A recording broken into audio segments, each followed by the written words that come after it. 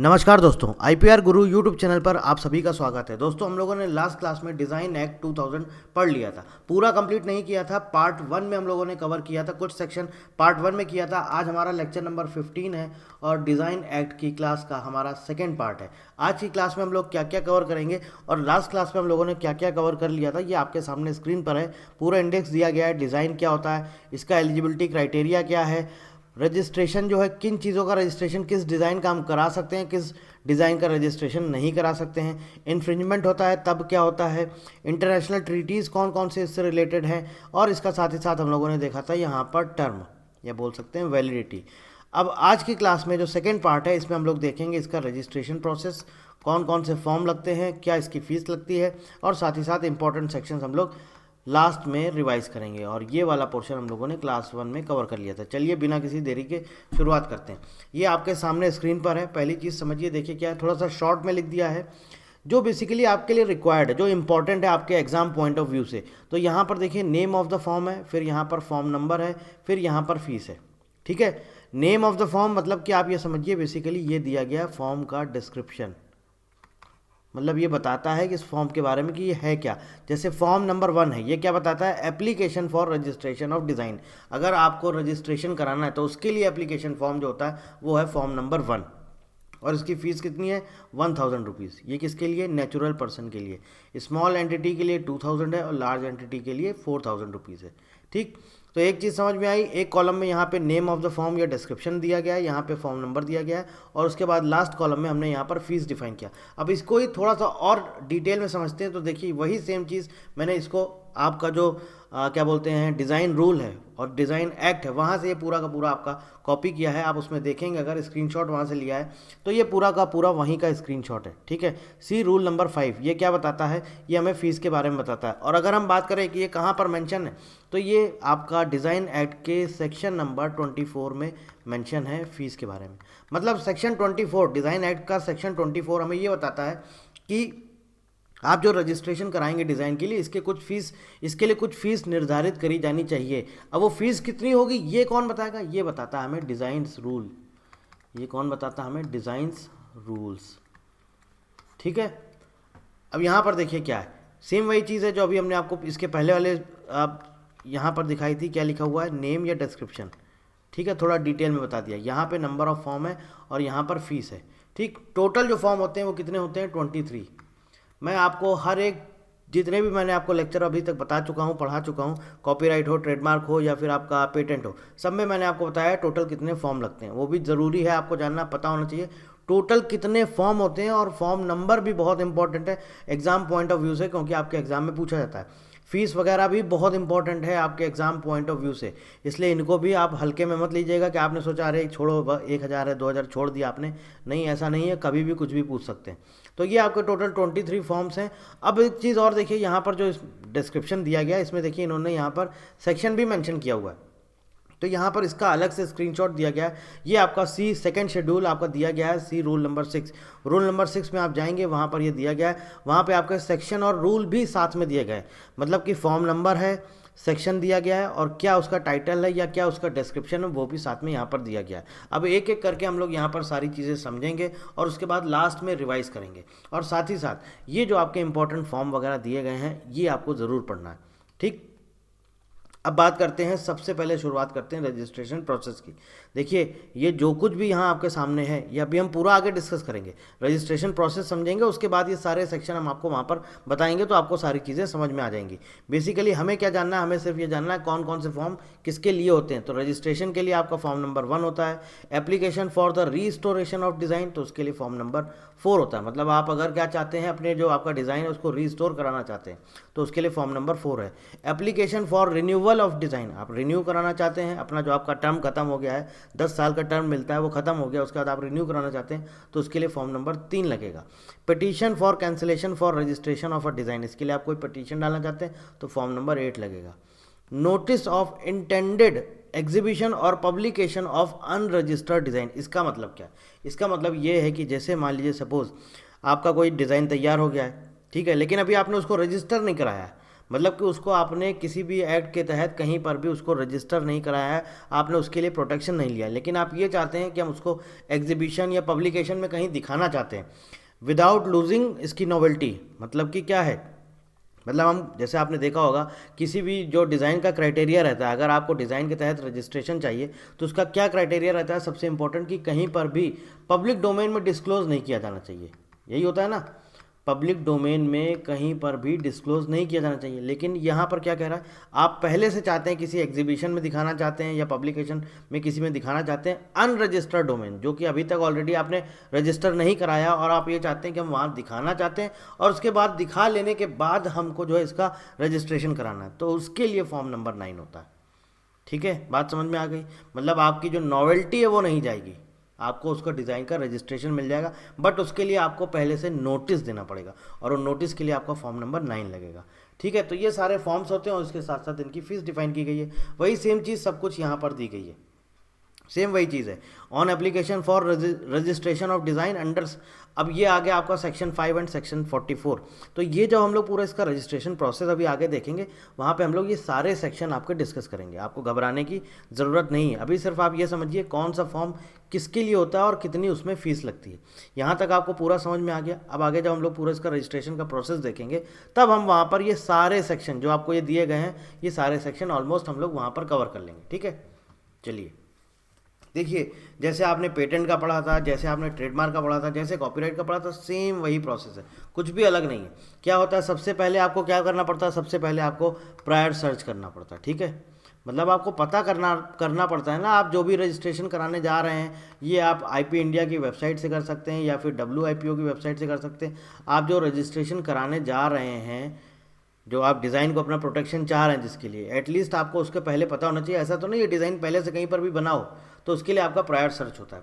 Prior search होने के बाद आपको पता चल गया कि ये कहीं पर भी अवेलेबल नहीं है और हमारा जो इसका एलिजिबिलिटी क्राइटेरिया है वो पूरा का पूरा फुलफिल कर रहा है। उसके बाद क्या होगा, उसके बाद आपको एप्लीकेशन फॉर्म प्लस फीस ये सबमिट करना पड़ता है, एप्लीकेशन फॉर्म प्लस फीस।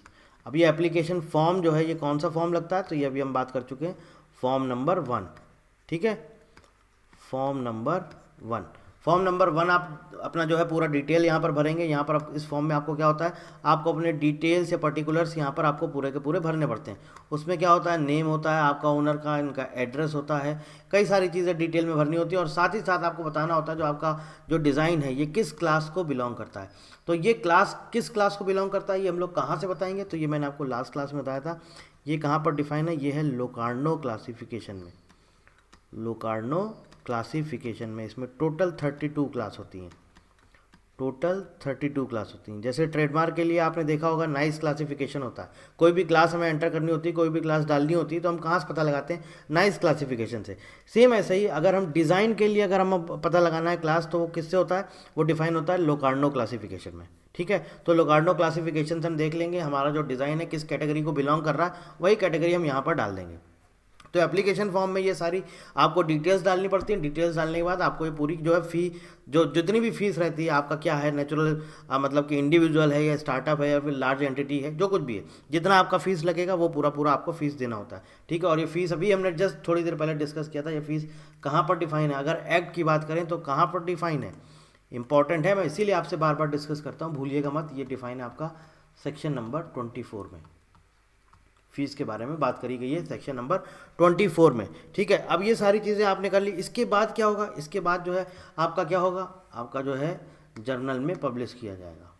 ठीक है, जर्नल में पब्लिश हो जाएगा। अब जर्नल में पब्लिश हो जाएगा, इसके बाद क्या होगा, ये किस लिए पब्लिश किया जाता है, ये इसलिए पब्लिश किया जाता है ताकि अगर किसी को ऑब्जेक्शन है, अगर किसी को ऑब्जेक्शन है तो वो ऑब्जेक्शन रेज कर सकता है।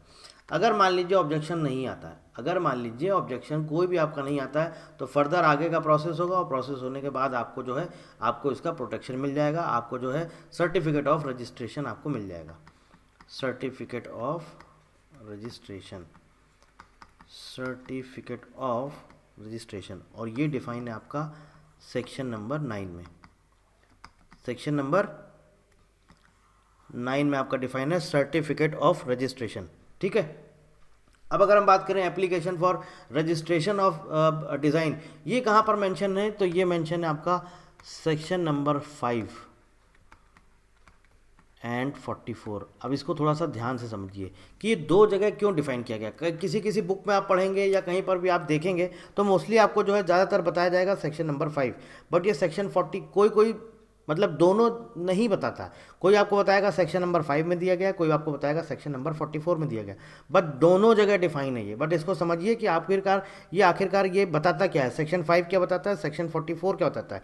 सेक्शन 5 आपको बताता है कि कौन डिज़ाइन जो है वो रजिस्टर करवा सकता है, मतलब बेसिकली ओनर या फिर आपका जो भी क्या बोलते हैं इंडिविजुअल हो सकता है, कोई प्रोप्राइटर हो सकता है, उनका जो लीगल राइट है, मतलब आप इस डिज़ाइन को अप्लाई कर सकते हो, इस डिज़ाइन के लिए आप अप्लाई कर सकते हो। कौन अप्लाई कर सकता है ये बताता कौन है, ये बताता है सेक्शन नंबर 5। कौन बताता है, सेक्शन नंबर 5 सॉरी।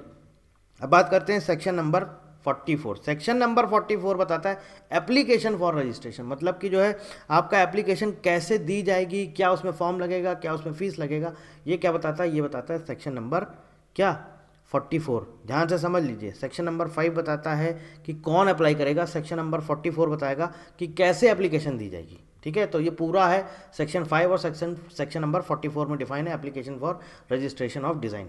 यहाँ तक आपको ये चीज़ें समझ में आ गई। ठीक है, तो ये 3-4 इंपॉर्टेंट सेक्शन भी मैंने यहाँ पे लिख दिए, ये भी आपको याद करने हैं। तो अगर कोई ऑब्जेक्शन नहीं आता तो भैया सीधी सी बात है, आपको जो है कुछ टाइम के बाद और एग्जामिन किया जाएगा और उसके बाद आपको सर्टिफिकेट ऑफ रजिस्ट्रेशन आपको मिल जाएगा। अगर मान लीजिए कोई ऑब्जेक्शन आ जाता है, अब ऑब्जेक्शन आ गया, अगर मान लीजिए ऑब्जेक्शन आ गया, अब 2 तरीके होते हैं। ऑब्जेक्शन के बाद क्या होता है भैया, नोटिस दिया जाता है एप्लीकेंट को, नोटिस दिया जाता है एप्लीकेंट को जिसने डिज़ाइन के लिए अप्लाई किया, उसको नोटिस दिया जाता है कि भैया हमारे पास ये ऑब्जेक्शन आए हैं, अब आप सामने आओ और आप अपना रिप्लाई हमें पेश करो। आप इसके ऑब्जेक्शन के बदले आप जो है कोई ना कोई रिप्लाई दो।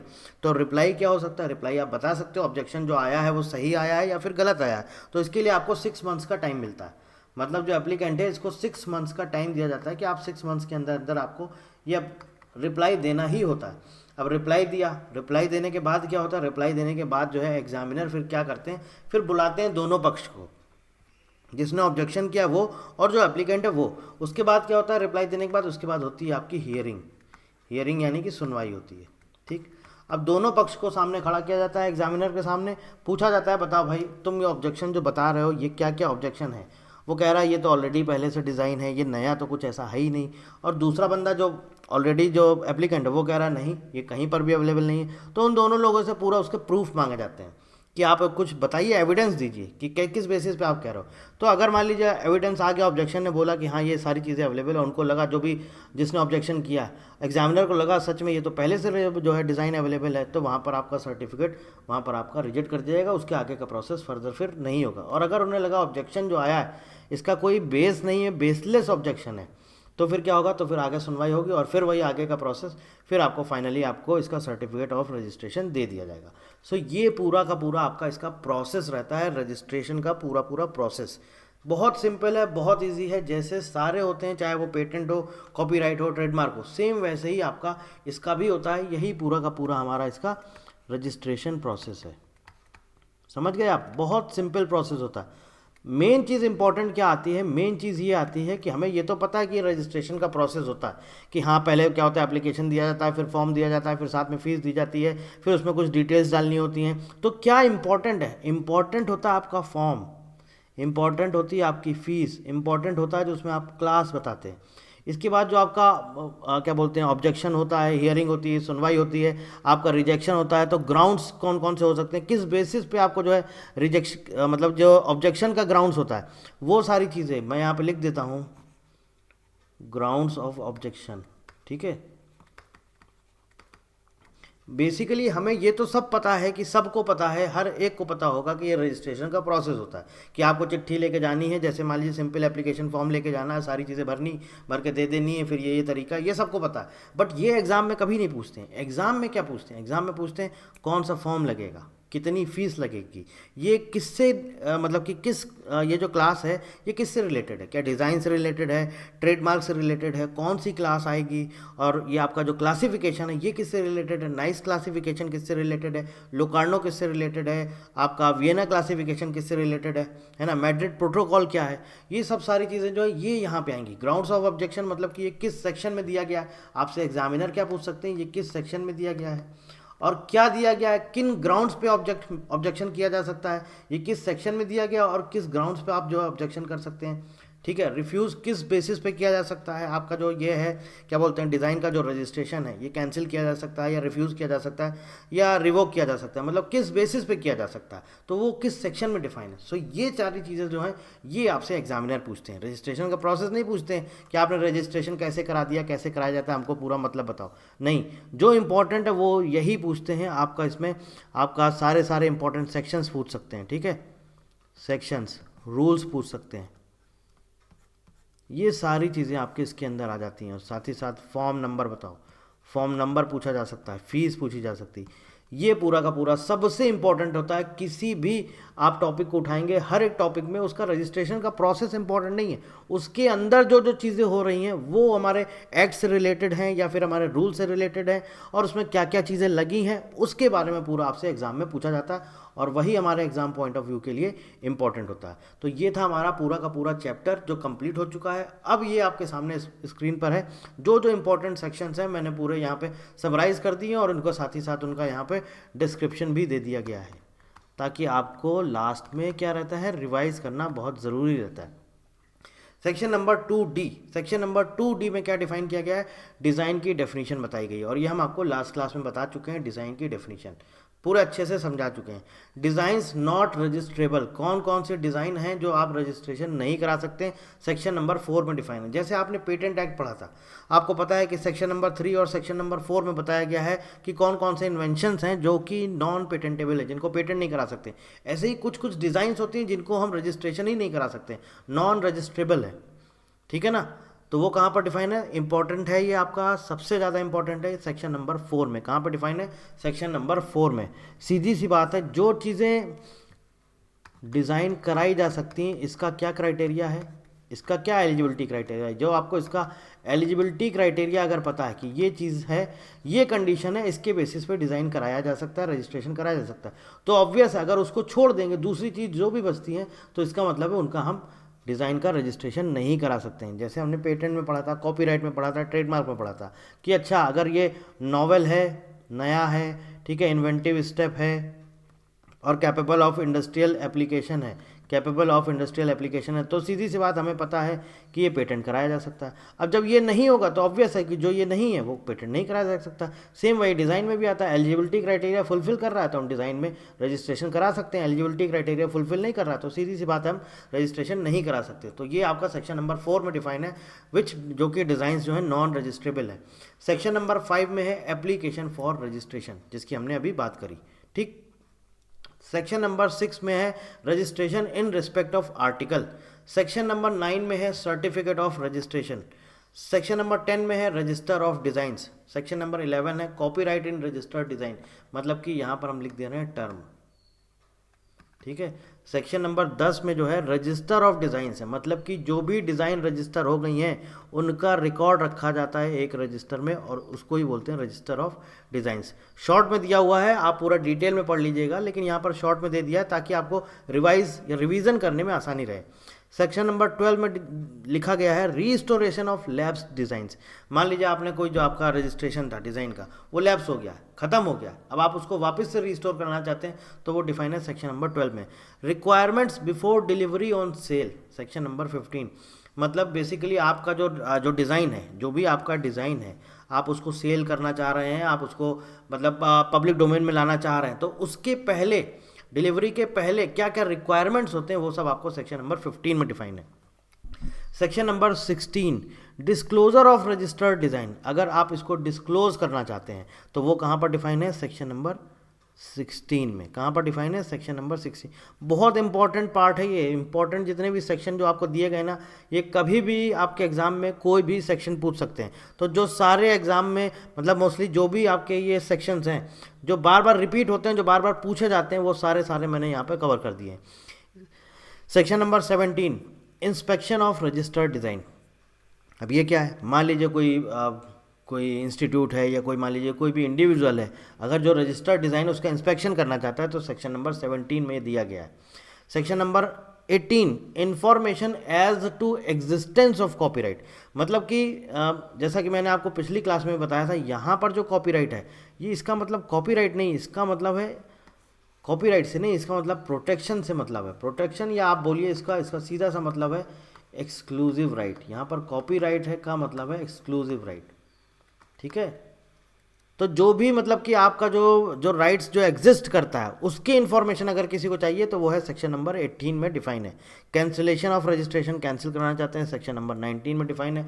सेक्शन नंबर 22 में पायरेसी ऑफ रजिस्टर्ड डिज़ाइन, जो कि हमने आपको डिज़ाइन का इन्फ्रिंजमेंट वाला पार्ट पढ़ाया था, वहाँ पर आपको ये सेक्शन नंबर 22 में डिफाइन है।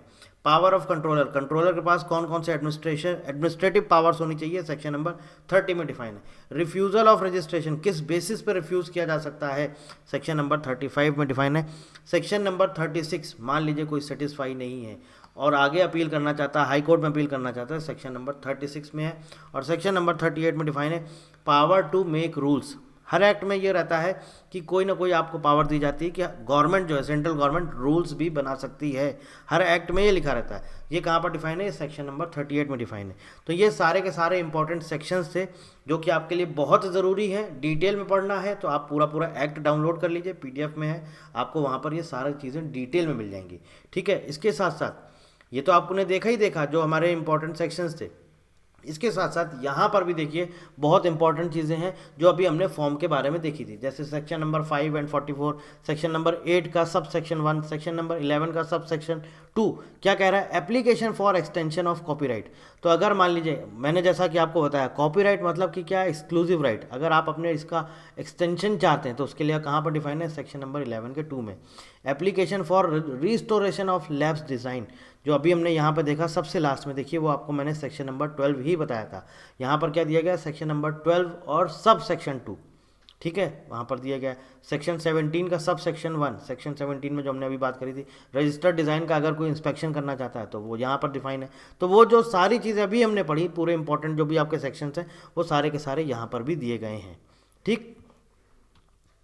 और ये सारे आपके फॉर्म हैं, कौन कौन से फॉर्म लगेंगे, क्या उसकी फ़ीस लगेगी, और उसके बारे में पूरा डिटेल में यहाँ पर दिया गया। ये भी आपके एग्ज़ाम पॉइंट ऑफ व्यू से बहुत इंपॉर्टेंट है, एटलीस्ट आपको पता होना चाहिए कि कौन से फॉर्म किस फॉर्म नंबर का किससे रिलेशन है। मतलब अगर आपसे पूछता है फॉर्म नंबर 9 का क्या मतलब है, तो आपको पता ही नहीं होगा फॉर्म मतलब 9 मतलब इसमें क्या होता है डिज़ाइन में। इसलिए मैं आपको बोलता हूँ बहुत अच्छे से आपको पढ़ना है, एग्जाम में कभी भी कुछ भी पूछ सकते हैं। तो एटलीस्ट अगर वो आपसे पूछते हैं डिज़ाइन में फॉर्म नंबर, डिज़ाइन एक्ट में फॉर्म नंबर 9 किस लिए यूज़ किया जाता है, या जो डिज़ाइन रूल है हमारा उसमें जो फॉर्म नंबर 9 डिफाइन किया गया है, बताइए ये फॉर्म नंबर 9 किस लिए डिफाइन किया गया, तो आप बता ही नहीं पाएंगे क्योंकि आपने पढ़ा ही नहीं होगा। इसलिए मैं बोलता हूँ सारे फॉर्म, एक भी फॉर्म आपको नहीं छोड़ने हैं, जितने भी फॉर्म दिए गए वो सारे फॉर्म पढ़ने। फीस वाला पार्ट अगर आपको लगता है कि नहीं फीस वगैरह हम स्किप करना चाहें तो आप कर सकते हैं, बट मैं सजेस्ट नहीं करूंगा, आप चाहें तो आप कर सकते हैं, लेकिन फॉर्म नंबर आपको कभी भी स्किप नहीं करना। किसी भी एग्जाम में ये कहीं से भी कोई भी फॉर्म नंबर पूछ लेते हैं, बाद में स्टूडेंट बोलते हैं कि सर आपने तो ये पढ़ाया नहीं था। इसलिए मैं बार बार बोलता हूँ आपको सारे फॉर्म पढ़ के जाने हैं, ठीक है ना, कोई भी आपको स्किप नहीं करना है। मैं आपको सारे के सारे जो फॉर्म है उसमें से, क्योंकि कभी कभी क्या होता है फॉर्म बहुत ज़्यादा होते हैं, तो अब आपको क्या ज़्यादा पढ़ाएंगे तो फिर उतना ही कॉम्प्लिकेशन होगा। तो मैं जो इंपॉर्टेंट होता है, जो एग्जाम में मोस्टली ज़्यादातर बार बार रिपीट किए जाते हैं, बार बार पूछे जाते हैं, उनको सबका मैं पूरा एक तरह से उनका समरी फॉर्म में ले आता हूँ और आपको वो पढ़ा देता हूँ। लेकिन मैं सजेस्ट आपको यही करूँगा, एक्ट डाउनलोड करिए, रूल्स डाउनलोड करिए, और उसमें जो फॉर्म दिए गए वो सारे फॉर्म्स पढ़िए, क्योंकि आपके एग्जाम पॉइंट ऑफ व्यू से दोस्तों बहुत इंपॉर्टेंट है। कुछ जानकारी चाहते हैं, कुछ पूछना चाहते हैं, वीडियो के नीचे कमेंट करके पूछ सकते हैं। So thank you very much and thank you for watching.